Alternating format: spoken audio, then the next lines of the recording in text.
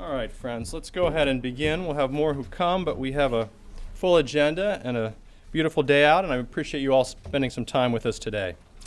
My name is David Gray. On behalf of the New America Foundation, it's a pleasure to welcome you to our discussion today, Understanding the Challenging Scheduling Challenges Facing Low-Wage Workers, Employer Practice and Policy Solutions. I want to express my thanks to Liz Watson and to Jennifer as well for initiating our gathering in this space and for all of you for being here. As you know, meeting the demands of everyday life while holding down a job has been a kitchen table issue for decades, and low-wage workers in particular, this daily struggle is even harder. These workers are the least likely to have flexibility at work and the least likely to be able to pay someone to care for their obligations outside of work.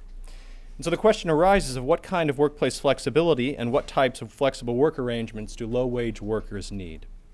Flexible work arrangements were developed as a solution to meet the needs of higher-wage workers, and so it should come as no surprise that they often do not map well to the scheduling challenges faced by low-wage workers. In the challenging American economy, hourly workers, who often face acute work-family conflicts, maybe as single mothers or tag-team families, need particular attention. These families typically face rigid schedules where many folks are left with having to choose between caring for a sick child and going to work. And some also face unstable schedules that vary from day to day and week to week and have very little advance notice. And so there's a need for workplace flexibility for low-wage jobs, for employees, for jobs that don't fit well with child care arrangements, to allow for engagement in children's lives, to fulfill other caregiving responsibilities like elder care, to allow employees to pursue workforce training opportunities that may improve their job skills, advancement, and wages, and to enable employees to arrange transportation to get to and from work and manage their own health care needs. But there's also a significant business need here for a more stable workforce, to improve employee engagement, and to reduce turnover as employers struggle to control labor costs in the face of high turnover and absenteeism rates. And so how do we make flexibility fit the needs of employees and employers who are now in low-wage industries? And the experts we've gathered here today help bring different perspectives on that question.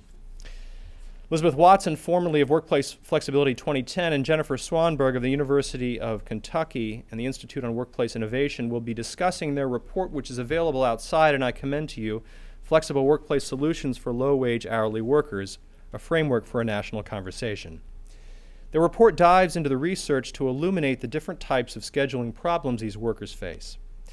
And we have full bio sheets outside on all our speakers, but briefly, Elizabeth Watson is the former Legislative Counsel at Workplace Flexibility 2010 and Executive Director of the Georgetown Center on Poverty, Inequality, and Public Policy. And Jennifer Swanberg is Associate Professor at the University of Kentucky and Executive Director of the Institute for Workplace Innovation. Thank you, friends, for your excellent report. They've developed a flexible workplace solution framework and then translated this framework into a set of employer practice and policy ideas which we hope will be useful to policymakers and employers alike. Now, as they describe their report and comment on it, following their comments, we're pleased that we have a group of national experts on low-wage work and business practice, flexible work arrangements, and the interaction of employee and employee needs, who will react to the findings from their perspectives, as well as reflect on their own organization's work and the need for change in this area. So we'll begin by hearing about the report, and then we'll get feedback from Lisa Horn, who's Senior Government Relations Advisor at the Society for Human Resource Management, Vicki Shabo, Director of Work and Family Programs at the National Partnership for Women and Families, and John Wilcox, Deputy Director at Corporate Voices for Working Families. Friends, thank you for being here today as well and taking time. And once we've done that, we'll open this up for discussion to hear more about the report and to hear your perspectives and some of the questions that you might have. So I appreciate your being here today, and thanks to everyone watching this as we broadcast it over the internet, and thanks to the Alfred P. Sloan Foundation for its support. I hope you all will join in what I hope will be a lively conversation. So Liz, why don't we begin with you to start telling a little bit about what you and Jennifer wrote in the report. Liz? Absolutely. Thank you, David. And thank you so much for hosting us here today for this conversation. And especially thanks to Vicki and to John and to Lisa for joining us today to share their perspectives. It's really been wonderful to have all of you and Jennifer as colleagues working together on these issues over the past several years, and I have really benefited tremendously from that working relationship with all of you, so thank you. And thanks to everyone here for joining us today, and to our vast internet audience. Hello. So I am going to give a few remarks by way of introduction, and then Jennifer is really going to take a very deep or a deeper dive into the data and analysis in our report. And before I do that, let me back up and say, and of course, a special thanks to the Sloan Foundation, who sponsored the work of Workplace Flexibility 2010 from 2003 to 2010. And Workplace Flexibility 2010 was designed really to try to come up with a set of employer practice and policy solutions to the need for flexibility in the workplace that could work well for employers and for employees. We were a time-limited policy intervention. We sunset earlier in 2011, and this report was actually the last product that Workplace Flexibility 2010 released. So that's the story of the project. And now to tell you a little bit more about why at Workplace Flexibility 2010 we thought it was so important to write a report focused on low-wage workers. So what I'll do, as I said, is I'll first start and really just give you some background on why we wrote this report. Then I'll go through and talk a little bit more about why flexibility matters for low-wage workers and for their employers. And I'm going to give you a snapshot of the three main problems that we found in our report, and then segue to Jennifer. So in terms of why we wrote this report, we all know, probably sitting here in this room, a lot about the changing demographics of the workforce. The problems of the mismatch between the way work is structured and the needs of the workforce.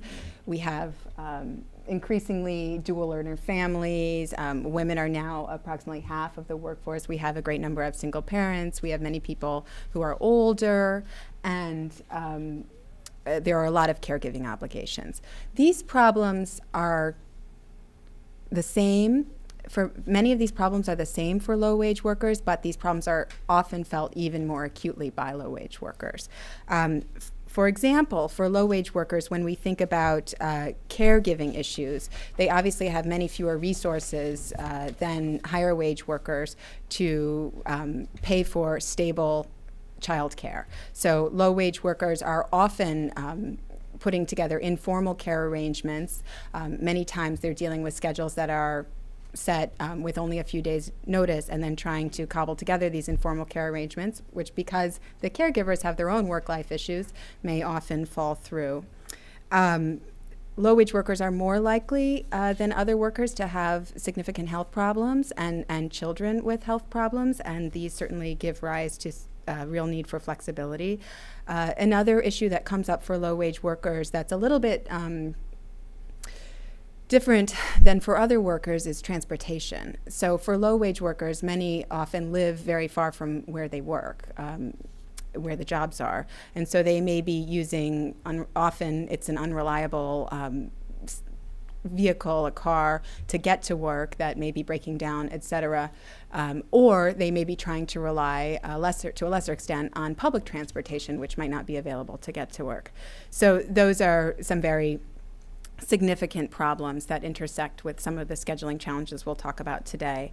I'll also highlight just a couple of other needs that low-wage workers have. One is for workforce training, and John Wilcox may want to address that today and talk about some of Corporate Voice's work in this area. But certainly the need to pursue workforce training and to skill up to be able to move into some of those middle-wage, middle-skilled jobs is a need that gives rise for the need for workplace flexibility. And then another piece just to think about is sometimes the need to access public programs, benefits, and services. So some workers who are living very close to the poverty line may need to be able to go in to the public benefits office and get food stamps or Medicaid or whatever else they may need to supplement their income.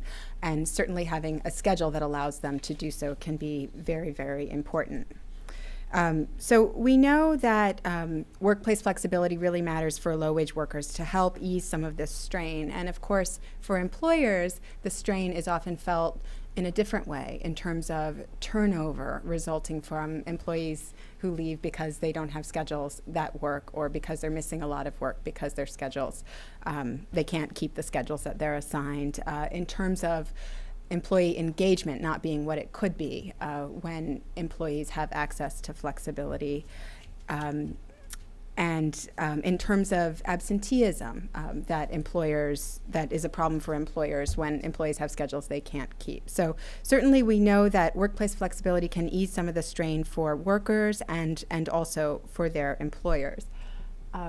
Another reason why this matters is that low-wage jobs seem to be here for the foreseeable future. And I felt like we should throw this slide in here to give you a sense. We all know that we have lived through a major economic downturn. But what is predicted for the future? BLS predicted that 7 of the 10 occupations in which growth would be expected are these low-wage occupations: retail, service, healthcare. Many of these are the occupations that have very challenging schedules, as Jennifer will talk about. Another way to look at this is there's a recent report put out this year by the National Employment Law Project that notes that while only 23% of job loss was in lower wage industries, fully 49% of job growth in the past year has actually been in those industries. So in terms of low wage jobs being here to stay and growing, we certainly have some evidence of that. So that's another reason why this issue really matters. So we know that workplace flexibility is really just one among a number of different solutions for employers and employees to create a better functioning workplace for low-wage workers. And when we talk about workplace flexibility, I want to be clear about Workplace Flexibility 2010's definition. We include in the definition of workplace flexibility flexible work arrangements, time off, and career maintenance and reentry. Today's conversation is really most focused on flexible work arrangements. Today we're talking about the day-to-day challenges, scheduling challenges that low-wage workers face that can be improved through some alterations to the time or place or and way in which work is structured. But what does that really mean? That's sort of a general all-purpose definition. But what does it really mean when you boil that definition down and try to map it on to the needs of low-wage workers? We know that there have been a lot of questions both in the employer community, in the employee advocacy community, and in the policy community about what flexibility is for the low-wage hourly population. And that is really what motivated us to write this report. One question I think that's been asked is, when we talk about flexibility for low-wage workers, shouldn't we really just be talking about predictability? That's sort of the way that sometimes it's been recast for the low-wage population. And so that was one of the questions that motivated Jennifer and me to really do this investigation and analysis in this report. To what extent is the problem a predictability problem for that? And when I say predictability, I mean having schedules assigned at the last minute with little or no notice. So that was a question that was out there. Another question that we heard from the employer community was much broader. Workplace Flexibility 2010 went around the country and did a series of listening forums and really heard from many different stakeholders, but in particular we heard a lot from employers that flexible work arrangements, that's just not something that we can provide for our low wage and hourly population. That we just don't know what that would even look like. They might really sign on to the idea that there's a strong business case for flexibility for higher wage and salaried workers, but have no idea how this would apply to the rest of their workforce. So that was certainly something that we wanted to dig into, and we wanted to create a report that was very, very accessible in terms of creating a set of solutions for both the employer community and the policy community. Our hope was that we would be able to answer those questions. Okay, when you look at the nature of low-wage jobs, which are very heterogeneous, and you look at across low-wage industries, what are the main problems that low-wage workers are facing, and what is a set of solutions that would apply for all of those workers? So we really came up, and this gets to the third point in giving you a little intro, which is that this is really the key finding from our report that Jennifer is going to illuminate. That there are three main problems facing low-wage workers, depending on what type of work schedule they might be on. There's the problem of that we call rigidity. And so this looks a lot like the type of problem that we're used to hearing about for salaried and higher wage workers. And that's really not having a lot of control over the scheduling of work hours, including scheduling of overtime or extra work, lacking input into starting and quitting times, and lacking control over break times. So that is a problem that tends to pervade the low-wage workforce. Then there are two other problems that are very closely related, and I've already mentioned one of them, the problem of unpredictable work schedules. Unpredictability, which is having schedules assigned with little or no notice, or being asked to work overtime with little or no notice. And then instability, and I think this is among the three that we've listed here. I think instability is really the one that is the least well known in terms of the folks that are doing research and starting to really investigate this area. So when we talk about instability, the way that Jennifer and I have defined it is looking at the amount of hours and the way that hours may fluctuate from week to week by time of day, length of shift, being subject to temporary reductions in hours when work is slow, and being subject to involuntary part-time work. So instability in hours is really very closely linked to instability in income, is an important point to make. So with that, I think it probably makes sense for me to go ahead and turn it over to my colleague, Dr. Jennifer Swanberg, and take this moment to just give you a huge thanks for the analysis and effort that you put into this report. Thank you. Do you want to ask the question? Why don't you just go ahead? Okay, great. Thank you, Liz. Before I get started and answer the question that Liz raised, I want to take a minute to thank David Gray and the New American Foundation for hosting this event today, and also to thank Liz, my collaborator and coworker on this report. It's been just a pure pleasure to be working with you, and thank you for putting together the panel, and of course for our esteemed panelists for agreeing to kind of respond to what we've been learning and sharing with us what you are learning as well. So to determine the prevalence of the three types of schedule challenges, we used a multi-method approach, primarily relying on quantitative analyses using the 2008 National Study of the Changing Workforce. When necessary, we supplemented these analyses with findings from emerging research studies of flexibility and scheduling for low-wage workers. And just to give you a little bit of context, and I promise it won't be data heavy, the National Study of the Changing Workforce is a study of the U.S. workforce that's conducted every 5 years by the Families and Work Institute.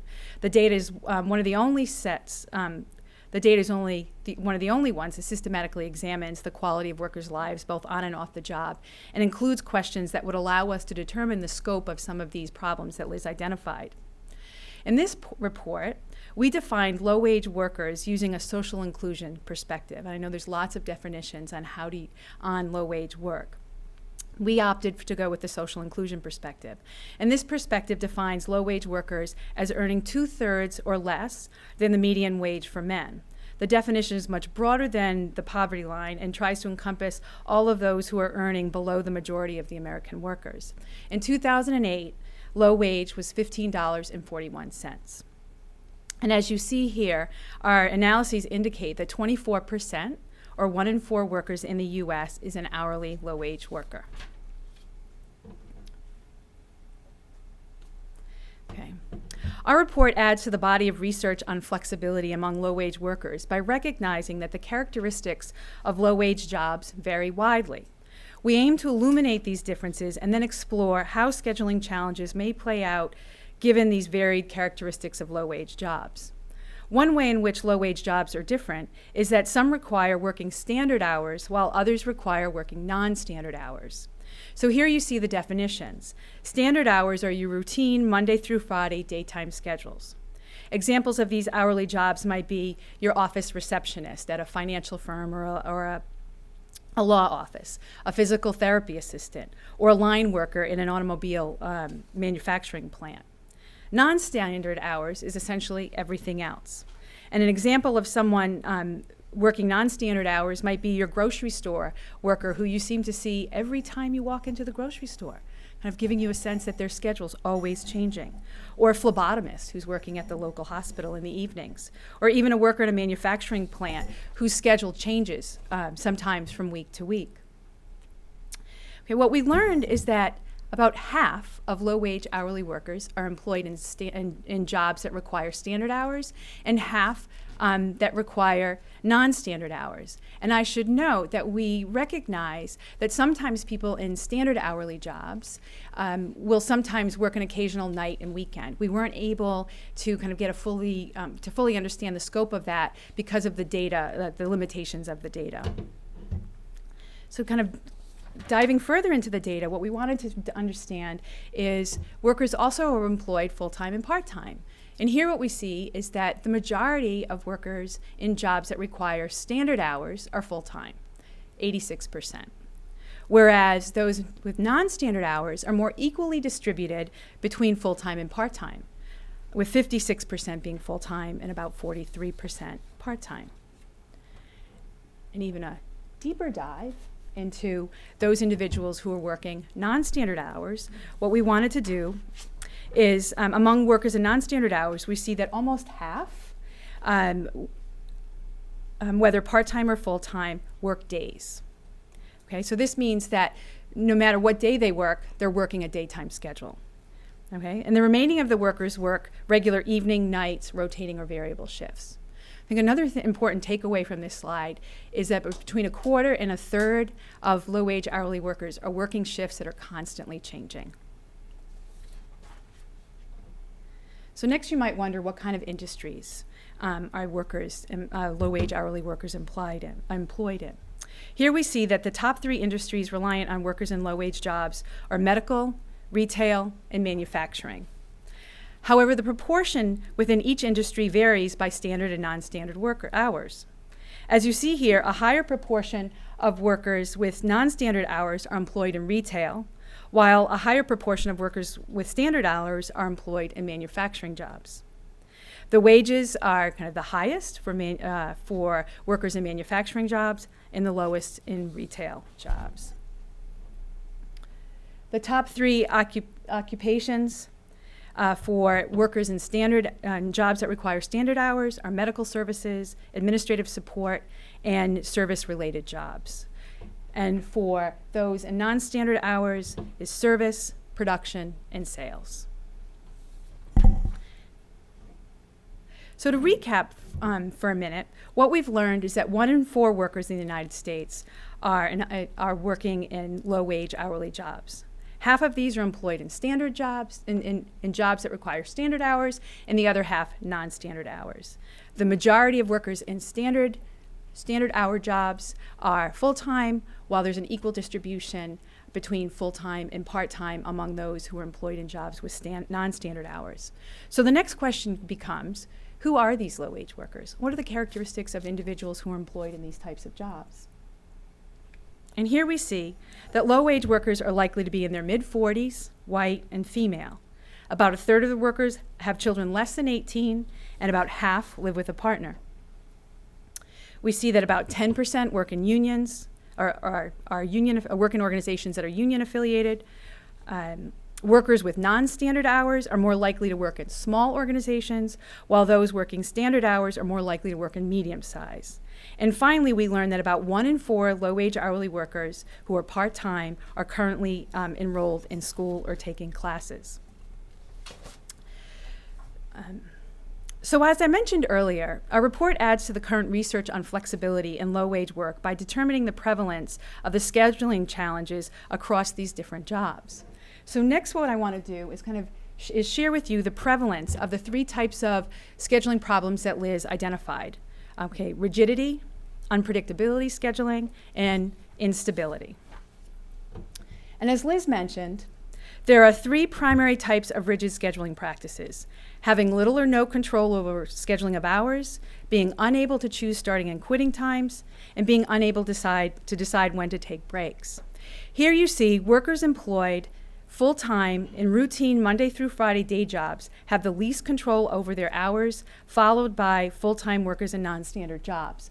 So just to give you kind of orient you to these next set of slides, the top 2 rows are represent those workers in standard jobs with standard hours, and the bottom 2 non-standard hours. The darker of the 2 colors are those individuals that work full-time. I'm not going to go into the minutia of the detail. You can see that in the report, but I'm going to try to provide broad themes. Additional analyses that are not in the report indicate that this issue is particularly problematic for workers employed in manufacturing settings, with nearly 2 out of 3 workers perceive that they don't have control over their schedule. And this is true for about 1 in 4 workers in retail and medical services.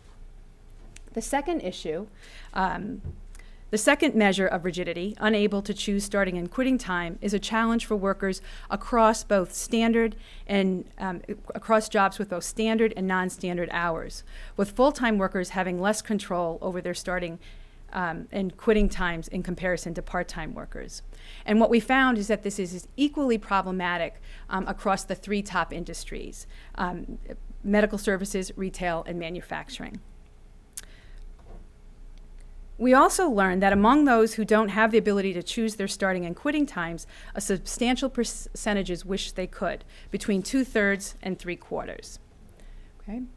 And then the last measure of rigidity, which is unable to decide when to take breaks, seems to be as much of a challenge for those individuals in jobs that require standard hours as those that require non-standard hours. Here we see kind of statistically there's really no difference between the different categories of workers, and we see about 40% of workers are unable to decide when they take their breaks.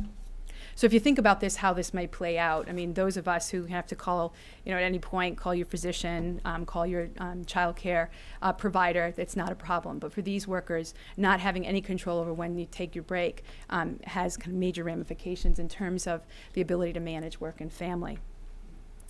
So next, the second challenge that low-wage workers face is unpredictable work schedules. And as Liz mentioned, there are 2 primary measures of schedule unpredictability: regularly receiving work schedules with little or no notice, and being requested to work overtime or extra hours with no notice. So to the best of our knowledge, there's not a national data set that measures advance notification of schedules. So we look to our peer review, our colleagues doing research in this area. And what we found is that in one study of 17 major U.S. corporations and 4 industries found that less than 7 days advance notification was common practice. Only 3 firms gave more than 7 days. And what we found also is that this is a trend that is a trend and somewhat of a normative practice in other studies of low-wage jobs, particularly those within retail and the service industry. Okay, so now this is the one I'm going to be talking about, which is to determine the second type of unpredictable scheduling practices, being required to work extra hours with little or no notice. We looked to the 2008 National Study of the Changing Workforce. And what we found is that being required to work extra hours is most prevalent among full-time workers in jobs with standard hours, followed by full-time workers in your daytime routine standard hourly jobs. And this, while it's a problem across the 3 top industries, it seems to be most prevalent within manufacturing, followed by kind of the retail sector. Our findings also indicate that significant proportions of workers are unable to refuse overtime. Here we see that full-time hourly workers were the most likely to be able to refuse overtime or extra hours, followed by full-time workers in jobs that require standard hours. So you can see there's a fair amount of similarity, but also differences between workers in jobs with different characteristics. So finally, the third type of scheduling problem, scheduling instability, There are kind of three primary types: fluctuations in the work hours, being subject to reductions in work hours when work is slow, and involuntary part-time, meaning working part-time but desiring more hours.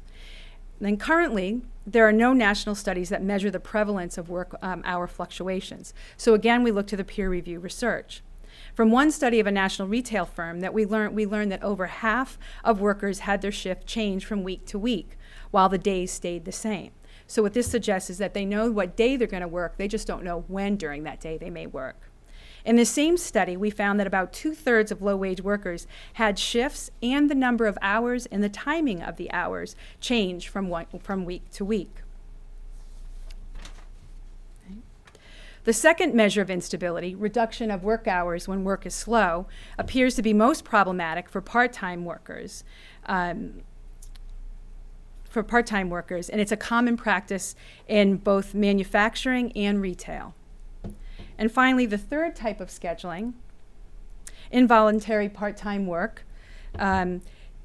is twice as common for part-time workers in standard schedules as it is in non-standard schedules. So here we see that 1 in 2 part-time workers in routine day jobs, your standard schedules, would prefer to work full-time, where 1 in 4 of those in non-standard would prefer to work full-time. And this is most prevalent among retail and medical service industries. So that's the kind of the scope of these three types of scheduling problems. And you can see that for some, it's a problem for both standard and non-standard workers, and other times it's more kind of specific to those in standard hour jobs. I think at this point I'm going to pass it over to Liz.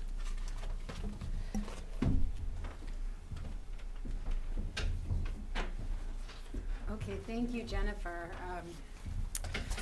So now I will not talk about the data, not being the researcher in this duo, but I'll take a step back for you and talk about a little about what this means in terms of employer practice and policy solutions, and why we thought for employers and policymakers it was really important to understand these three problems.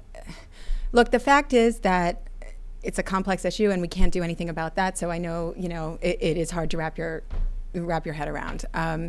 But we felt it was really, really important to understand, flexibility came of age as an issue for higher wage and salaried workers, and really in some ways doesn't, as David said, always map well to lower wage workers and the types of jobs that they're in. So, we felt it was important to wade through the complexity and try to just get at, okay, what are the scheduling challenges really that we're talking about?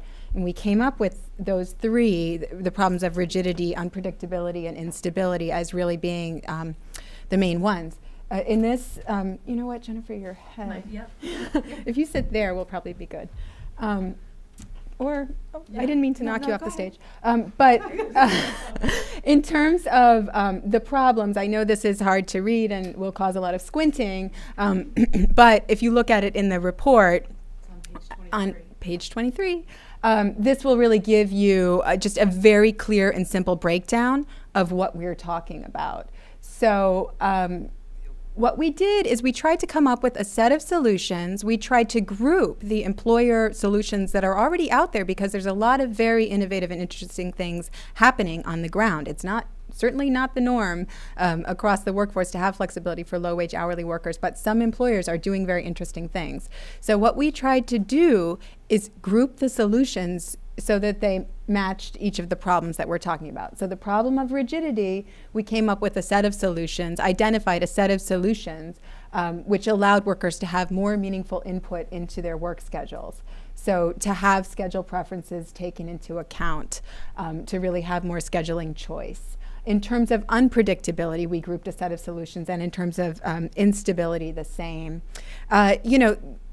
There are a lot of sort of best practice reports floating around out there, and this report adds to that growing body of research that we're so glad to have. We think that the value added of this report is that it's a sort of diagnostic tool for employers and policymakers.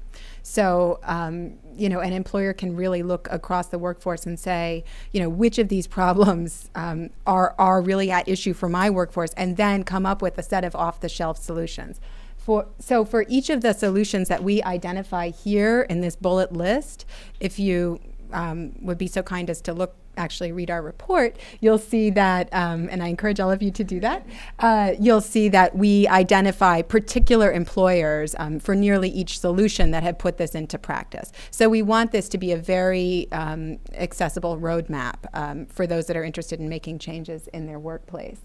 So I'll give you a few examples. We talk about the importance of having a formal process for employee requests, the importance of having some transparency so employees know that they can make a request and that there won't be retribution associated with doing that. We give some other examples about promoting team scheduling, which allows employees to come together in groups and figure out a schedule that works for the entire work team. Often employees can, I can't work this time, but I can work that time. I can cover for you here. That sort of thing can be very effective, and there are good examples of that. There are a number of different ways of enlisting employee input, whether it's formally or informally, say formally through some type of focus grouping process if you're going to have a major change to schedules.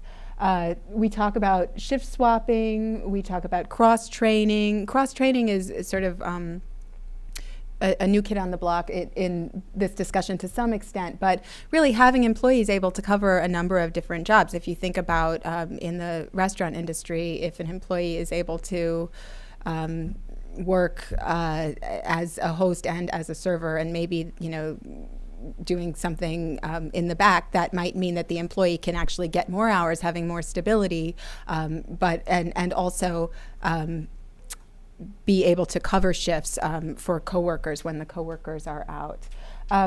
We're very interested in this concept of self-scheduling, computerized self-scheduling, and there are a number of different companies that have implemented this. JetBlue is one. I think Marriott also has a process like this. Self-scheduling can allow employees to go online, indicate hours that they're available to work, indicate when they're unavailable, take last-minute time off, and really can create a platform by which technology can actually be used as a tool to promote scheduling choice that works very well for the employer, given the employer's parameters and coverage needs. This point about training is a really important one. Training managers to know how to respond to scheduling requests. Very often, as we heard in the listening sessions that I mentioned around the country, managers might just have no idea, how this is going to work, and find it very daunting, or, think that it's going to be really expensive when it's not. So what we know is that providing a little bit of training, and there's good research on this, can go a long way for employers of hourly workers. And I hope John Wilcox will talk a little bit about training for both employers and employees. For employers, how to manage employees making requests and working flexibly, and for employees, how to make a request that is sound and well thought out and considers business needs. So when we think about solutions to the problem of unpredictability, we're really talking about looking at something that is pervasive in certain sectors of the workforce, which might mean, thinking about store traffic in a store, in a retail setting the week before, and looking at and adjusting headcount based on that store traffic the week before, and sales volume, adjusting headcount 3 days before the schedule is going to start on Monday. That can obviously be very, very difficult for workers.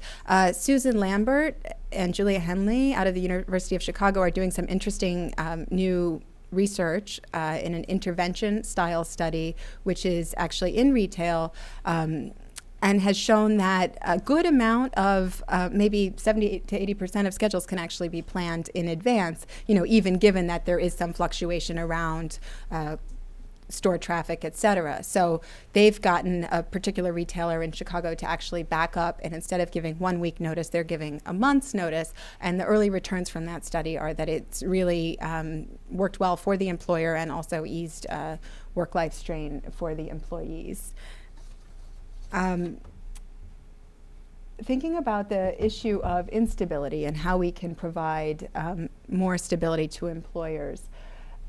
So when we talk about instability, we're talking about fluctuations in the amount of hours that employees are assigned to work. There are some very promising ideas here. One is to provide a minimum number of hours to workers. So if you're hired as a part-time worker, you'll be told you're going to get a minimum of whatever hours it is that the employer assigns. Costco has done this, and I think they guarantee, or at the time that I looked into this, they guarantee a minimum of 24 hours per week, and I think workers were averaging actually 30 to 31 hours a week. Jennifer did some research in a study she called City Sales, and in that study, she was looking at a national retail firm and documenting their flexibility practices and some of their other workplace practices. And she found that the employer was very successful at allowing employees to increase hours by letting employees work at multiple sites, since it was a retail store, and that way they could pick up hours and aggregate those hours together. Another idea is providing employees with certain guaranteed shifts or guaranteed days. So those are just some of the policy solutions and, employer practice solutions, and certainly there are many more in the report. And not all of these are going to work for every employer. Workplace flexibility, we all know, is not there's no one size fits all. But there are enough ideas in here, and we hope categorized in such a way that it should be ready-made for employers to implement this in their workplaces. We also, in this report, talked about policy solutions. So in the policy section, we were trying to do two things. One is to talk about a set of policy ideas that we had first put forward in our flexible work arrangements public policy platform, and really operationalize those for low-wage workers. The second thing was to canvass a broader set of policy ideas that have been put forward by others, and just basically to lay those out for discussion. So in terms of our first goal, which was to talk about just some very simple things that can be done to try to make this a more common practice for low-wage workers. Since we have a strong business case, and I imagine we're going to hear some maybe from Jennifer and John and possibly Lisa about the business case for flexibility. Since we have a strong business case, let's get it out there. There's actually a great business case for low-wage hourly workers, not just for professional and salaried workers. So there's a lot more that could be done to push that forward, since there is a mindset among some employers that this is costly or impossible, or doesn't have a return to the bottom line. Let's push into that. The national dialogues that the Women's Bureau has undertaken have been a really great start toward a national issue campaign, and honestly have elevated this issue in a big way in the past year. And they have focused many of their dialogues on industries that employ significant numbers of low-wage and hourly workers. We like the idea of an award that would be from the government and would be specific to low-wage hourly workers and to the industries that employ them. So that's one suggestion that we make. We also think there's a lot more research that needs to happen in this area. So the intervention style research and really documenting some of the practices on the ground, like Jennifer did in her City Sales study, and then figuring out how to bring those to scale in other industries. That feels really important. And I'll just run through a few of these others, and anyone, I'm happy to speak at greater length if anyone is interested, but we talk about the need for technical assistance and implementation tools. One of the things that we'd love to see happen is a comprehensive website on flexibility needs writ large for employers and employees, but also really focusing in on some of the industries that employ low-wage and hourly workers. There's a model for this. It's called the Job Accommodation Network, JAN, and this is a website that is run by West Virginia University and is funded by the Office of Disability Employment Policy to make sure that employers and employees who need technical assistance on Americans with Disabilities Act issues and accommodation issues get what they need. And what they see from that website actually is that the private sector uses it all the time. And that it's very, very useful. They have a huge number of hits every year. People can go to it in all different ways, real time, phone conversations, chatting online, emailing questions. Any way that employers or employees want to access it, they can, and they serve both. Something of that nature we think would be very, very useful. And certainly any effort like that should draw on the excellent resources that have already been developed in the private sector around these issues. Invest in innovation. I've talked about the need to fund more research on these issues a little bit, but also we'd love to see the federal government do some pilots. That would be great, particularly around low-wage hourly workers and their contract workers. So that to me feels like an easy, I don't know how easy it is to move the federal government, but it's a small start, but something that we would love to see happen. And certainly, the federal government has been leading by example in many, many ways and has shown a lot of interest in this issue. Let's see. So I will just quickly run you through a little bit of discussion of some of the broader policy landscape that we canvassed as we did this work. Our goal was really to try to understand the range of policy ideas that were put out there by various groups, whether they've been already introduced in Congress, whether it's an idea that's percolating in academia or in think tanks or wherever, but to sort of aggregate that information for employers and employees and policymakers. So a quick overview of some of the legislative initiatives around in this area. One is the right to request, and as I give this overview, there's a question: how do each of these things apply to low-wage hourly workers? Because that's the nexus of our report. So the right to request is basically a process. It looks a lot like the UK law that was enacted in the early 2000s to create a process by which employers would have to take requests for flexibility, but not actually. It doesn't say that there's a required outcome, just that there's a required process. Some questions around that are: how comfortable will employees who are low wage be making those requests? Some of the other labor standards that are out there are something called reporting time pay requirements, which are in 7 states. What these say is that and they vary state to state, but they're usually industry specific. And so if an employee in the restaurant industry is brought in and then sent home when they were previously scheduled to work, there's sort of a minimum number of hours that they are paid for, like 3 hours or something like that. So that goes to the stability issue. So some states have limits on mandatory overtime, mostly in the healthcare industry, putting caps on the number of hours that nurses can work. And then one recently enacted requirement is the break time requirement in the healthcare law for nursing mothers. So that's just a little quick sweep of some of the legislative initiatives in this area.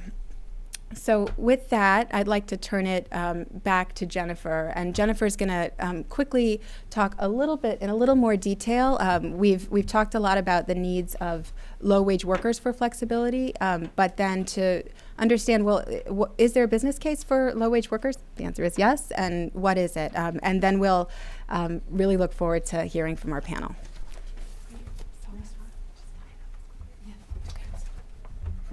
Great. Thank you, Liz. So I'm going to touch upon the business case in a very quick way because we've got experts on our panel that can speak to this in greater detail. In short, the results from the emerging research on flexible work arrangements for low-wage workers parallels what we're finding and what we know about flexibility for the professional and salaried workers. There's a number of studies that are demonstrating that flexibility for low-wage hourly workers improves recruitment. It can be used as a retention tool. It improves overall employee engagement and as well as overall well-being. As an example, one study reports that 90% of managers of low-wage workers reported that flexibility enhances engagement, retention, work-life fit, and is successfully being used as a recruitment tool. And this is being used in a national retail firm that literally uses flexibility as a recruitment tool to compete with the other retail firm on the other corner. Another study demonstrated that job commitment was 63% higher among low-wage hourly workers who report their managers providing them with some control over their work hours as compared to employees who don't have control.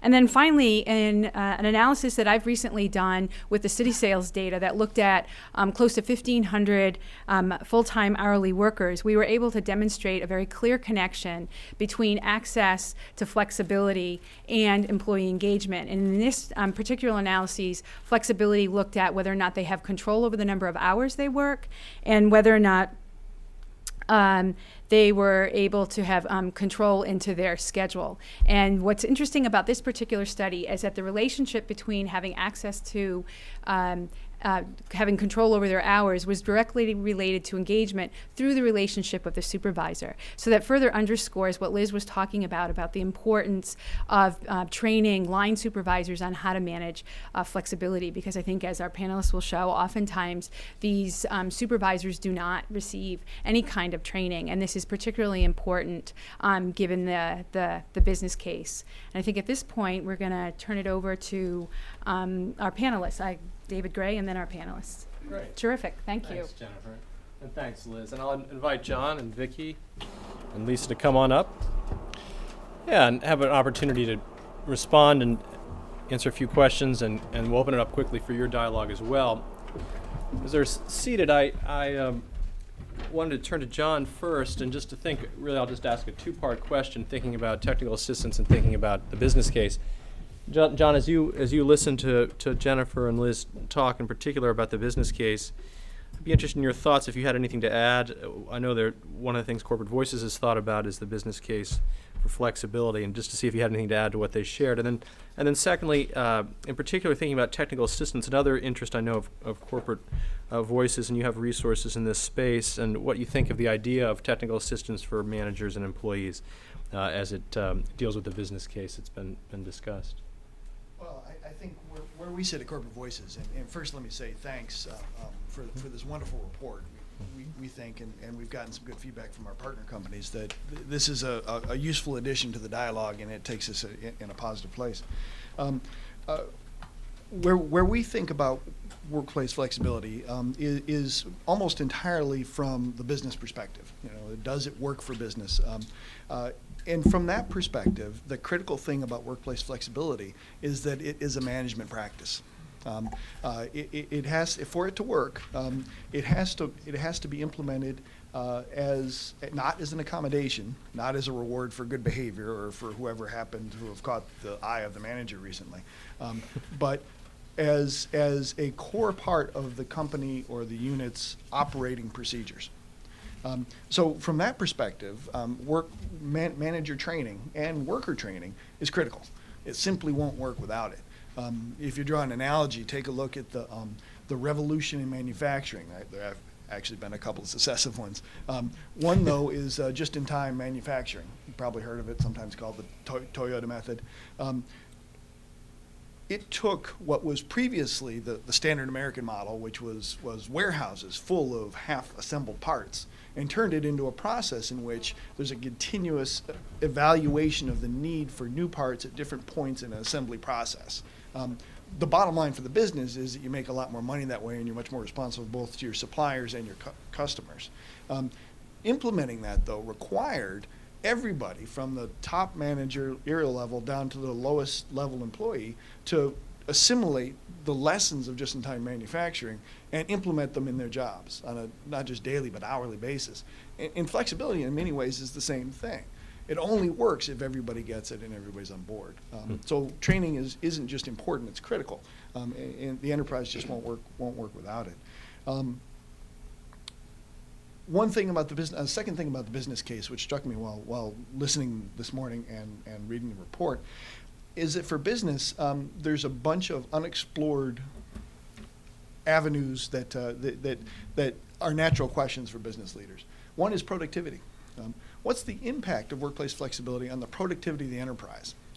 One thing that you get from all the research and studies that are out there is that it improves recruitment and retention, employee engagement, well-being. That's all great, and that's fantastic. And you can draw a value chain from those to profit and to productivity. But for most operating managers, at some point, that quarterly return is going to come due. And what really matters is what's that bottom line number. This report is one step toward, we hope, conclusive ROI data about workplace flexibility that can be offered to anybody in the workplace to say, here's what the return is on your dollar. You invest $1, you get this back in terms of increased productivity, increased bottom line profits. As a step towards that, this is fantastic. But for us, that's what the ultimate goal is. Thank you, John, very much. Yeah, Vicki, I'd like your perspective on the report or anything you've heard today, as well as part of the Women's Bureau's national dialogues. I know you've been part of those, and particularly in gathering worker perspectives through your discussions prior to those events.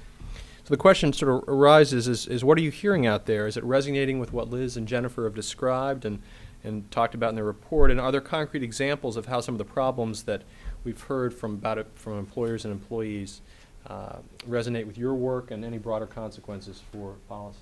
Yeah, absolutely. And I reiterate, this is a fabulous report, and thank you so much for your contribution. So what we did at the National Partnership, we went out before each of the national dialogues, the 4 big national dialogues that the Women's Bureau did, to talk with workers that matched the demographic or the industry that the Women's Bureau was focused on. So that meant that in LA, where the dialogue was focused on low-wage hourly workers, we went and talked to a group of low-wage hourly workers about their lives, their need for flexibility, what they have now, what they don't.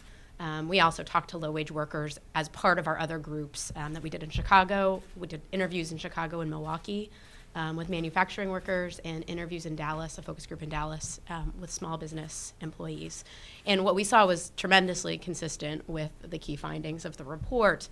So people who really have trouble with managing their own personal obligations and their responsibilities to their families and rigid schedules.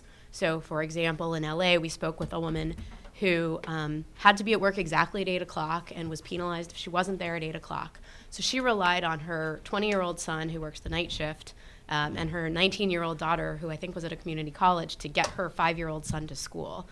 She ran into the same problem at the end of the day, where she had a supervisor who, on no notice at all, required her to work overtime. Sometimes she was able to say no, but most of the time she felt like her livelihood really depended on saying yes, because of the fear that she would be terminated if she didn't. And so that meant that she had to call her children at the last minute to go pick up her child. And she's not an isolated incident. We heard very much the same stories over and over.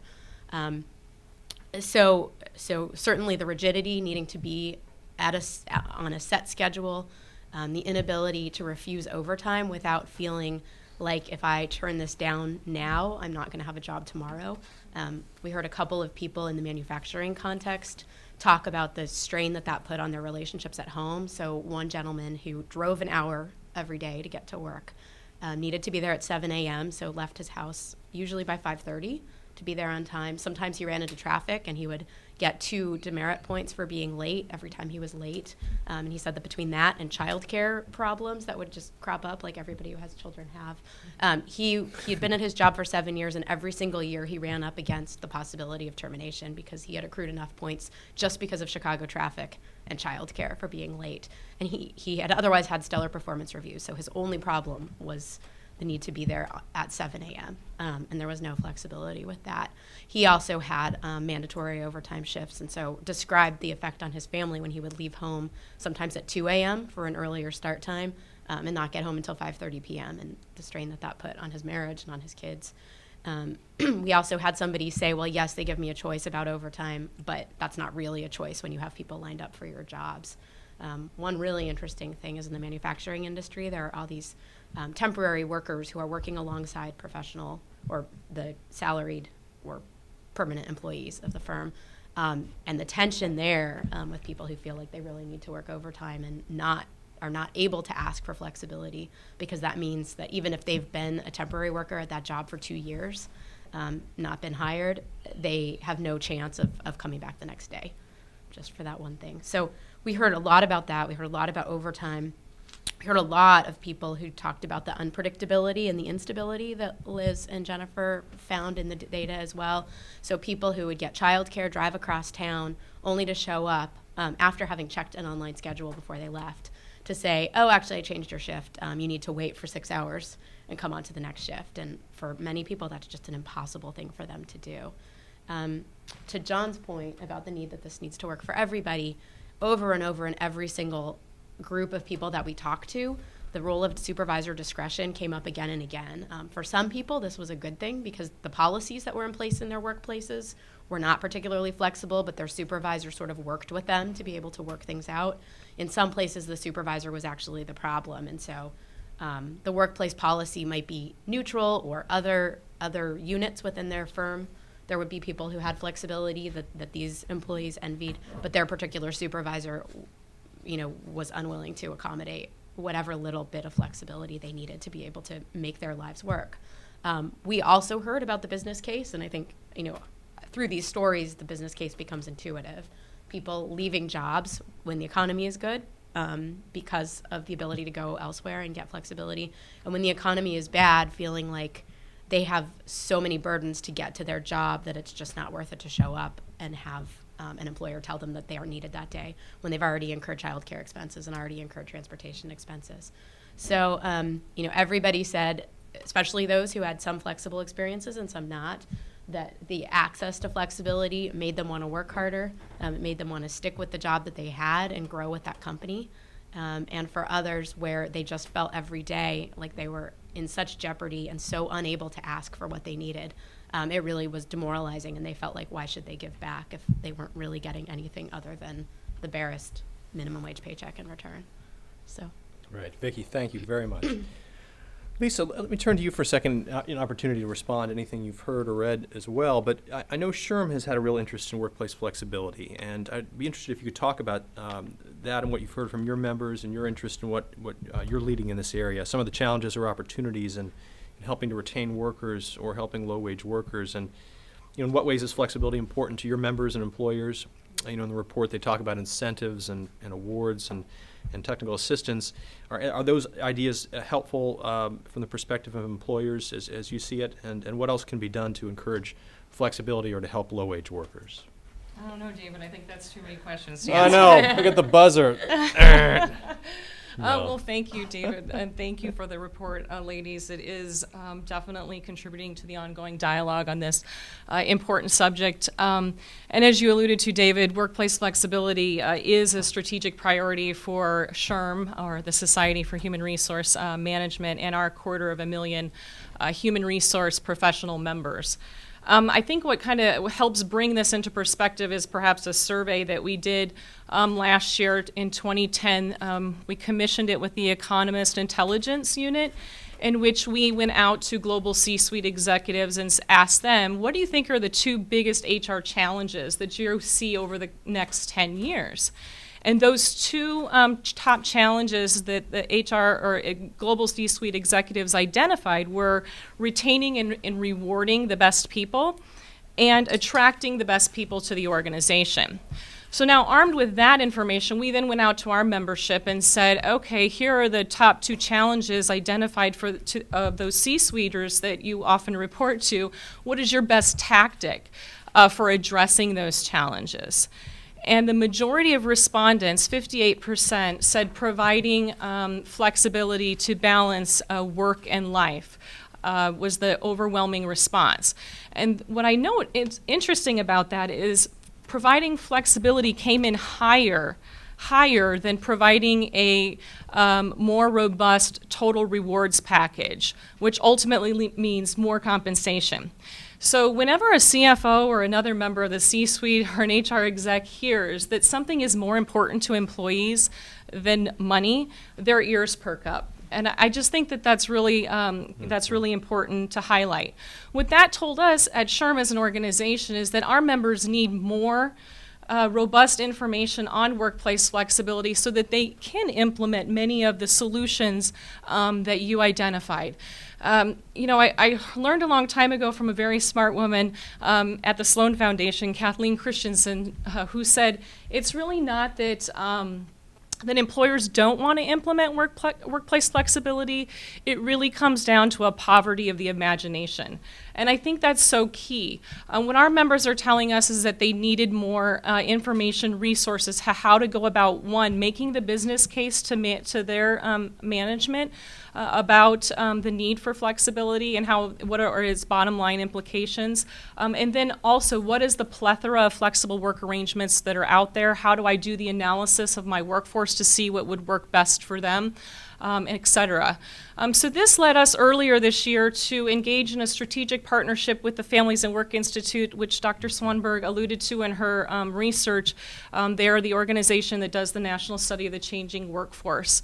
Our overwhelming or overarching goal of, it sometimes seems overwhelming, with the Families and Work Institute is to transform the way employers view and adopt workplace flexibility.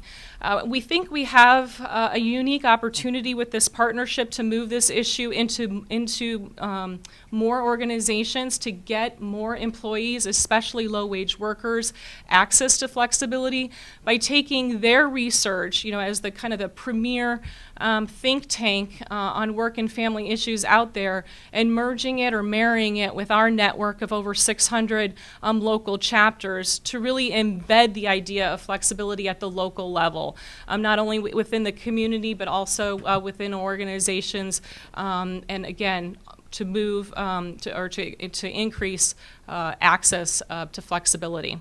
One of the elements of our partnership with FWI is kind of this ongoing When Work Works initiative, which we think is a great way to uncover those innovative ideas out there for how organizations are meeting the needs of their low-wage workers. Through the Sloan Awards for Business Excellence is the award that is offered through When Work Works, and all of the award-winning organizations are highlighted here in the Guide to Bold New Ideas. And just flipping through there, we are really uncovering some, again, of those kind of bold ideas for responding to low-wage worker needs. One that I just pulled before I came here was from the Courtyard by Marriott in Melbourne, Florida, who has worked to maintain employee hours during the economic downturn by incorporating much of what you talked about in the report, by sharing their employees with other Courtyard hotels, but at the same time cross-training them so that they had more duties for which, or that they could cover in order to pick up hours. So I can't remember the rest of the questions, but that was my couple of minutes spiel, and I hope I nailed some of them at least. That's good. That's good. You did. Good. Well, let's start to open it up here and just dialogue a little bit. I've got a couple questions in my mind. Several things I would sketch out. You actually have addressed in there a little bit, like supervisor discretion and some other things. But let's open up and hear questions from anyone here, and I'll fill in if there's time. Yes, sir. We got a mic as well for our folks playing at home. Yeah, say your name and where you're from, if you wouldn't. Sure. My name is Michael, and I'm with the American Independent News Network. And my question pertains to language barriers. So there was your interviews in Los Angeles. Los Angeles, I think it's now majority immigrant, according to 2010 census. So what role does language play in low-wage job situations, the training issue, the speaking up issue? Not only is there the fear of job loss, but perhaps there's the fear of, secure communities, other, immigration, some say draconian immigration procedures. Great. So, Vicki or Jennifer, you want to? Either. I'll just say quickly. So Sure. in our groups, we had a pretty diverse pool of respondents. We didn't talk specifically about the language or cultural barriers, but I would say generally that across those jobs, and thinking about who was in that room, particularly among the folks from communities of color who were in that room. I mean, I think it's just the insecurity of having a job that I think compounds with a lack of flexibility. And so I can't, maybe Jennifer can speak to the language and the culture piece of that, but I think it's. I mean, I can't directly as it relates to flexibility, but one of the things that we do know from the research is that, as you were mentioning, that people who on non-English speakers often feel more vulnerable in the workplace and kind of fear for their job. So the challenge then becomes is, I think to what John was mentioning, is that how do you implement flexibility across the board, make it an issue for all the workers. So if you're going to think about supervisor training, do you have supervisors who can speak the language of most of these workers? But then also, how do you convey that information in a way that will encourage these workers to come forth with what some of their scheduling challenges may be? I think the burden becomes almost on the supervisor to a certain extent to ensure that they feel comfortable coming forward with what some of the needs are. And then also translating that, to John's point, is that it's a two-way communication that goes on that needs to happen. So I think when we think about training, it needs to be in multiple languages for those supervisors to convey it to those employees. Thank you. All right. Other questions? Let's see. Yes. Hi, I'm Michael Rose. I'm a reporter with BNA's Daily Labor Report. I was wondering if you had seen much union involvement in pushing for flexibility in workplaces, and also if there are any examples of any of these practices being built into collective bargaining agreements. Mm-hmm. Vicki may have a thought there, but let's see. Any others? If you want to start, Liz, I'll yeah. fill in. Well, Liz Schuler, the Secretary-Treasurer of the AFL-CIO, was actually the closing speaker at the DOL forum last week. I think there's an increasing movement in labor to figure out how flexibility works and how collective bargaining agreements can take account of some of these issues. So the Labor Project for Working Families actually has a great database of flexibility language that's built into bargaining agreements. In terms of public policies, labor is a really strong ally of ours on the work that we do on paid sick days and paid family leave, and has been instrumental in pressing for reforms at the statewide level in California, New Jersey, and other places, Connecticut. And we did take a close look at collective bargaining agreements in terms of some of the flexible practices that we were talking about, and we found things like it's I won't say it's common, but there are a number of collective bargaining agreements that will say if a long-held schedule is going to change, that there's a certain amount of notice, like 45 or 30 days, that needs to be provided prior to that schedule changing. There's very often a sort of pecking order in terms of schedules that will be built into a collective bargaining agreement in terms of schedule preferences and who has preference that may encourage flexibility for those that need it and or may not. There's certainly just a growing amount of interest, I think, from the labor community in this issue. And certainly the Labor Project for Working Families is at the forefront, and I'd encourage you to look at their website. Mm-hmm. One thing as I listened to folks talk was the number of times that childcare came up as an issue here. And I'd be interested if anyone wanted to expand on the need for childcare and the challenge that affording childcare has for low-wage workers. Vicki, you want to say just a quick word? Yeah, I mean, childcare came up in every single group that we talked to and the interviews that we did. It's a huge problem. People who need on-site childcare, especially people with schedules that are long and not the typical workday. One of the really interesting things that came up in the LA discussion group was a woman who had a childcare subsidy, but her schedule changed all of the time, and the subsidy program required her to say what her childcare hours and needs were going to be ahead of time, and so she couldn't take advantage of this program that she was qualified for. But yeah, I mean, the need for quality, affordable childcare and childcare that's open on non-standard schedules, I think, is huge. And to add to that, the connection between having problems fall through with childcare and missing work and losing pay. That's just a real serious problem for employees. And we actually, Jennifer ran some numbers and found that in the 2008 national study, so of the 40% of low-wage hourly workers who reported being absent from work during the past 3 months, 16% of workers in jobs working standard hours and 10% of workers in jobs working non-standard hours reported that it was childcare problems that had caused them to miss work. And of those who missed work, 40 to 60% reported losing pay, benefits, or otherwise being penalized. So there's a real connection between childcare problems and these scheduling difficulties that cause people to miss work, lose pay. Yeah, one other thing John? to add too. But let me get John in here. I was just going to add, from the business perspective, childcare is a very interesting thing to talk about, because about a generation ago, business went through this whole process of examining childcare and thinking about whether or not it made sense from a business perspective to provide childcare facilities, or at least to subsidize childcare for particular employees. And one of the things about the data about childcare is there's a wonderful set of longitudinal studies, Ava Sidarian and some others, that took a look over time of what the benefit to companies or to governmental units on investing in childcare was. You came up with these wonderful numbers: invest $1 and get 8 back. And to business managers, those are irresistible. The thought of not investing $1 when you can get 8 back. I mean, people get fired for that kind of thing. So what business has done, though, and this really underscores the limitations of this sort of bifurcated conversation we're having about the difference between voluntary business activities and a discussion about what is best for us socially. In other words, what we want the bottom line baseline to be for everybody, is that business decided, based on those numbers, what facilities to put childcare in. If you work for a big consultancy, the KPMGs or Accentures of the world, you probably have on-site childcare. At the very least, you have really high-quality, subsidized childcare. If you're a federal government worker, there'll be a knowledge learning facility in your building. It's fantastic.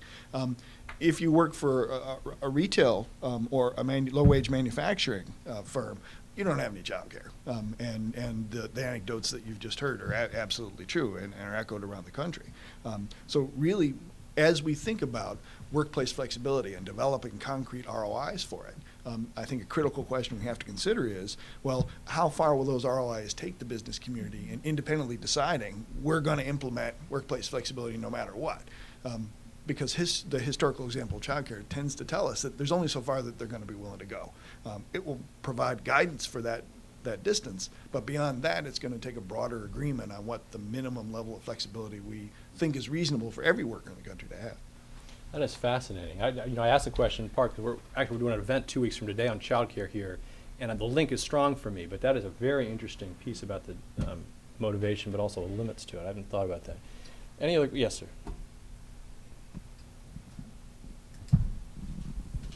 I'm John Langrock from the federal government, Administration for Children and Family, and Office of Child Support Enforcement. On that note, you're right. I mean, but how do you actually impact the policy making, decision making, to mandate companies that are small companies, 25 or less, to have all those offerings of child care? I mean, isn't that the problem? I mean, it sounds like right now it's the companies that recognize and are voluntarily putting in these things, these child care and sick days and flexibility. But given our tough times, economics, I mean, how are we going to translate this into a policy? Well, that's really the million-dollar question, isn't it? In child care, that debate is 20, 30 years old now, and the data has borne out. Kids who have high-quality early education don't just make a little bit more money. They can make an enormous amount more money and contribute an enormous amount more in terms of taxes and in terms of not having negative things happen to them, going to prison, all sorts of other things, than their cohorts who didn't receive the same early ed. So from a public policy standpoint, it's a pretty clear decision, but we still haven't made it. That's the important takeaway. Even with that clear-cut data, there still isn't in this country a broad-based child care policy. I would just pick up on that about your point about with respect to the mandates question and if requiring employers to offer paid sick leave or childcare and the like. You know, from SHRM's perspective, we think employers should offer paid time off, paid sick days and the like, but we think they should be able to do it voluntarily. Those one-size-fits-all mandates are a real concern to our members. Any type of additional business requirement in this type of climate is going to cost jobs, or it's going to cause them to not hire folks. We cannot add to the cost of doing business. Can I respond to that real quickly? Mm-hmm. So Lisa and I have a long-standing institutional disagreement about these issues. I mean, I guess I would argue back that the data from San Francisco, which is a place that's implemented paid sick leave and has had it on the books now for 4 years, has shown that jobs haven't been lost relative to the counties surrounding San Francisco. Employers really haven't had any problems or had to lay people off because of this policy, and it's done really good things for the employees who have been able to use it. We know that people don't take advantage of it. They take 3 days on average when they could take up to 5 or 9. 25% of people don't take any of it. But more to the point, we also know that business productivity suffers when people come to work sick or have to send sick children to school. Diseases spread. People don't get preventive care, which is costly. A new study's coming out next week, I think, that shows that actually puts a dollar figure on healthcare costs attributed to people not having sick days. So I would respectfully disagree and say that I think we can't afford as a country not to have minimum standards in place so that people aren't forced with the impossible choice between a paycheck and their job or taking care of themselves and their kids. Yeah, Now- there's a good discussion to be had on that particular piece. I want to talk to John for just a second. If we'll have time, we'll certainly follow up because it's a very important discussion about how we. I think most folks would like to see more of these policies in some way, but there's strong pros and cons to the right levers involving incentives, mandates, other things which have consequences unintended and others, and strong arguments for and against to be had. But that's a discussion we probably don't have time to delve into fully.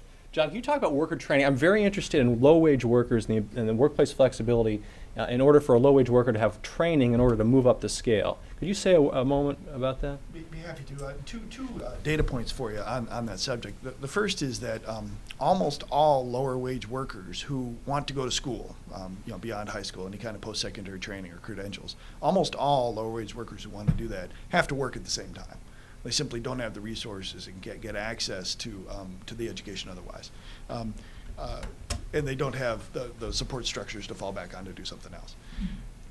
The second data point is that something like 63% of all post-secondary education and training in this country is paid for, done by employers.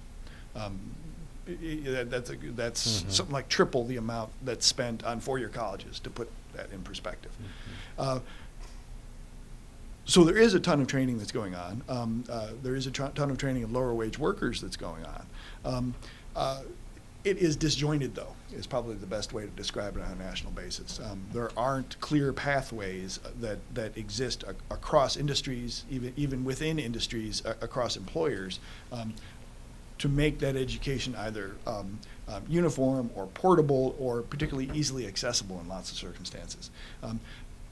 Where we sit with Corporate Voices sits with employment training and post-secondary education and lower wage workers at the moment is we're busily identifying promising practices that look like they might bear fruit in terms of catalyzing the business community around, well, here's something that works and might work across industries and across sectors. One example is Learn and Earns.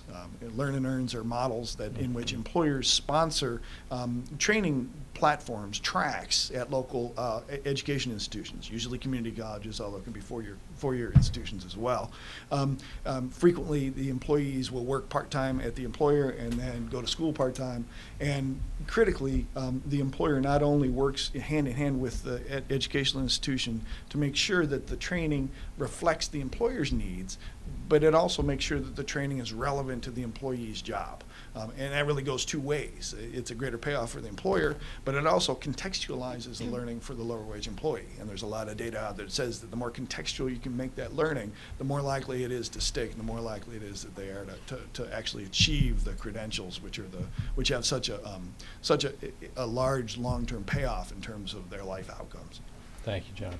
Let's see if we have any other questions, and we'll return to the gentleman if we don't. Let's take the ladies then, and then we'll return to Tim here, and then we'll wrap up. Hi, this is more of a comment than a question. I'm Pamela Friedman. I work with the Community Transportation Association. And this was sort of alluded to, but not really addressed. And that's the whole issue of transportation access to work. If people don't have the flexibility to arrange their schedules, how can they arrange to do shared rides like van pools or carpools if their schedules are changing? What about their access to regular bus routes if they're asked to work hours when buses aren't running? This impacts their ability to trip chain, maybe picking up and dropping off children at daycare, as you spoke about. And it also, again, relates back to this whole idea of recruitment and retention, because easier access to employment makes a happier employee. Let's just stack a question. You got to follow up real quick, or no? Well, no, I mean, All right. this is very interesting. I mean, Yeah. I could see that also there might be partnerships that could exist, you know, like DOL, Department of Labor. I mean, they have a lot of grants that they'll give out every year for transitional jobs, for advancing in green jobs and all that. And there's all child care. So, you know, and this is the age that the federal government is calling what they call interoperability, where actually, you know, we're breaking down those silos and we're all trying to partner with community, faith-based, and other government agencies to facilitate this type of Okay, good. So yeah, I mean, cost avoidance. How many of those mothers may have to go on public assistance because they can't work, you know? Right. So maybe if there was a rigorous evaluation, right, evidence-based, that's the big thing too. You know, so. Very good. All right, let's turn to the folks here. This is very good. So to follow up on the transportation, and really as we conclude here, any comments that folks have on the future of this work, on the policy or the research, Jennifer, that needs to be done in this space. So anyone want to respond with a concluding comment, a transportation comment, a comment on some of the partnerships? John, any final word? I'm fairly on the end. We'll just come on down in with our authors here. A couple of thoughts, I guess. The first, in answer to your specific question, labor is about to, this fall, Employment Training Administration will release the first in a series of trade adjustment assistance grants to community colleges, in part to partner with business around learn and earns and other ways to increase post-secondary education and credential achievement. For the business sector, it seems to me that workplace flexibility is as much a cultural thing as anything else. Just as just-in-time manufacturing or any of the ISO certifications takes a cultural shift in the workplace to implement. It makes no sense to have half the workers on a production floor, for example, doing 360 assessment of the quality of their production. You have to have everybody doing it, or it just doesn't work. Flexibility is the same thing. We continually run into evidence that the cultural piece of this is the hard thing. We can design studies that come up with a concrete ROI that says, okay, flexibility pays off at this rate, and then the business is just pretty straightforward. The cultural part is what's going to be hard. I was on the phone with a chief lawyer for a big U.S. multinational last week, and they have implemented workplace flexibility for the professional employees, and are advocates of it, actually. But the subject of workplace flexibility for hourly employees came up, and her reaction was immediate and sort of from the gut, and that's just not going to work. We can't put flexibility in our manufacturing facilities. And that's really what we're up against in terms of getting the business sector to voluntarily implement workplace flexibility for hourly workers. It's getting past that gut reaction that no, hourly workers are different. And that's why this report's so important. It's another notch towards that clock ticking towards acceptance, universal, we hope, throughout the business sector, that workplace flexibility really works for all employees. Great, John. Thanks. I'll do brief comments all the way down if there's anything to say. Vic, do you Sure, have anything? I could not agree more with that. We actually did one of these discussion groups with professional workers and heard the same. They have more access to formal policies, but suffer a lot of the same kind of concerns about using the flexibility that they have and feel very vulnerable if they do, and in this economy feel reluctant even to use policies that they negotiated before. So I think that the cultural point can't be underscored. I guess I see a relationship between public policy and culture in that, we use the FMLA as a great example of something where you put a policy in place and now it's not unheard of for people to take maternity or paternity leave to take care of a child or to take time off of work to give care to an elderly parent. So I think there's a nexus between voluntary policy change, public policy, and culture change, and I'd like to see that expanded as we move forward. Thanks, Vicki. Lisa? And I thought I'd just follow up on the gentleman's final comment here about partnerships, because as Vicki alluded to, where we do have issues that our organizations disagree on, we also have issues that we do agree on, and one of those is our collaborative on flexible work arrangements under the direction of Workplace Flexibility 2010 before they went out of business. We organized about 3 years ago with other groups such as AARP, AAPD, World at Work, Corporate Voices, the National Partnership, and others to develop a policy platform to help, again, increase access to flexible work arrangements. Many of them are underscored in the report here. With the federal pilot, the federal government being a leader in this area and piloting a number of different flexible work arrangements in various agencies, and then also picking up on the technical assistance piece. So those are, some and a data collection piece too for getting our hands on better data within the federal government, and truly what the utilization rate is of flexibility and the like. So there are policy efforts out there that diverse groups agree on, and we really think that's kind of the beauty of the collaborative on flexible work arrangements, is that it is such a diverse group that does agree on some public policy issues as they relate to flexible work arrangements. Thanks, Lisa. And we don't want to forget the transportation question as well. Jennifer and Liz, any final Sure. I'd like to thoughts? kind of echo John's point about the importance of culture. I think part of the reason why the person you talked to had such a knee-jerk reaction, kind of guttural reaction, is that when they think about flexibility, they think about the term and the concept as it relates to the white, the kind of professional salaried worker. Right. So when we think, I think in terms of research, where we need to go is that we really have to look at kind of intervention studies that look at kind of the informal aspects of work, because when you think about implementation of flexibility for low-wage hourly workers, it's rethinking the way work is done within a variety of different types of jobs. So in manufacturing jobs, right, which have been historically very rigid, it has been done, but it might not look the same as it looks like for you and I. Of course, they can't have daily kind of flexibility, but there may be other ways that you can create flexibility. So I think this report is just the beginning of, I hope, not only a long body of work around kind of implementation, but also research and really understanding how we can implement it for hourly workers across a variety of different organizations and different positions in which low-wage hourly workers are found. Absolutely, and it is a great contribution to that, Jennifer. Thanks. Last word, Liz. Thank you, David. Well, I'd like to say to the transportation, the question you had on that, absolutely, you're raising a really important issue. I think today we've actually bumped into a lot of different important issues in the course of this discussion in the lives of low-wage hourly workers, and that very much affect their employers as well. So, this question about, how do low-wage workers get to work if they have unreliable transportation, work far from work, can't work their schedule around when public transportation is available, or for ride sharing? That's a very important question. The question about childcare access and how low-wage workers can access childcare subsidies that require them to report a set schedule in advance, or arrange informal care if that's the kind of care that they have. The question about access to education and training, and the need for flexible schedules to be able to improve one's job skills and try to move forward. Flexibility is a really critical piece in the chain of all of these broader issues facing low-wage workers. And it's one that I think really has been under-examined by, the folks that are focused on childcare, transportation, access to workforce training, and beginning, thanks to the work of many of the people here, to have a much higher profile.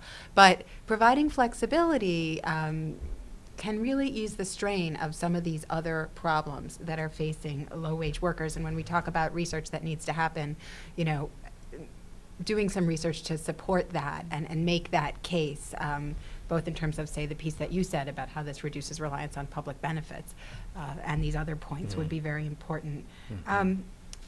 Just to wrap up, there is a lot of creativity in this space happening. We hope that this report and our flexible workplace solutions framework will really help employers and policymakers become even more innovative and really adopt the solutions that will work well in particular businesses. I was really glad that Lisa mentioned the Flexible Work Arrangements Collaborative, which is a little old home week for me. But I think it's just very important to underscore that in this particular space, there is some interesting, diverse, and bipartisan agreement on some steps that we might take to move forward in a policy-making way. So I hope that my colleagues here will continue that good work. And lastly, thank you, David Gray, for having us here at the New America Foundation. I really appreciate your hosting us today. Sure thing. I think it was, yeah. First of all, thank you very much. It was 1 year to the day, I think, that we were here with Susan last year, or 2 years ago to the day, but I think it was July 7th, actually, that we did the event on low-wage work. Thank you all for staying and for coming, for your questions and your attention, and for your advocacy of this important issue. And again, John and Vicki and Lisa, Jennifer, and Elizabeth, thank you very much for both the report and for taking time to be here and your contributions today and your work. All right. Blessings. We are adjourned. Have a good day.